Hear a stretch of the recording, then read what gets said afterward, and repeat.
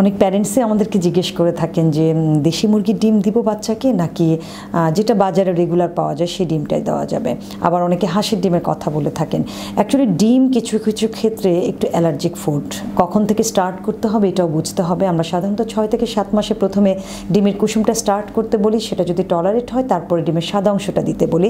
সাদা অংশ টলারেট হলে আপনি পুরো ডিমটাই আপনার বাচ্চাকে দিতে পারবেন। একটু খেয়াল করে দেখেন যে যেহেতু পপুলেশন অনেক বেশি, সো ব্রয়লার চিকেনের যে ডিমটা তৈরি হয় সেটা যথেষ্ট নিউট্রিশাস যুক্ত থাকে এবং চিকেনের ফিডিংটা যেহেতু আলাদা থাকে এই ডিমটাতে যথেষ্ট পুষ্টিগুণ থাকে, এটা হেলদি থাকে। ইভেন এটা যে ওজনটা থাকে সেই ওজনে ভালো মানের সে প্রোটিনটা পেয়ে থাকে, যেটা অনেক সময় হয়তো আমরা দেশি ডিম থেকে পাই না। বাট দেশি ডিমের পুষ্টিগুণ এবং ব্রয়লার ডিমের পুষ্টিগুণ দুটোই কিন্তু কাছাকাছি, ওজনজনিত কারণে কিন্তু পুষ্টিগুণের হেরফের হয়ে থাকে। আর যারা হাঁসের ডিম দিতে চান, অ্যালার্জি না থাকলে আপনার বাচ্চা কিন্তু খেতে পারবে, সেজন্য বুঝে আপনার বাচ্চাকে দিতে হবে। তবে কোয়েল পাখির ডিমের কথা অনেকে বলেছেন, কোয়েল পাখির ডিম খেলে সে রেগুলার 2 থেকে 3টা ডিম কিন্তু খেতে পারবে। প্রত্যেকটাই আমাদের শরীরের জন্য ভালো, কিন্তু আপনার শিশুর কোনটাতে অ্যালার্জি থাকলে সেটাকে অ্যাভয়েড করে যেটা সুইটেবল সেটা আপনার শিশুকে আপনি দিবেন।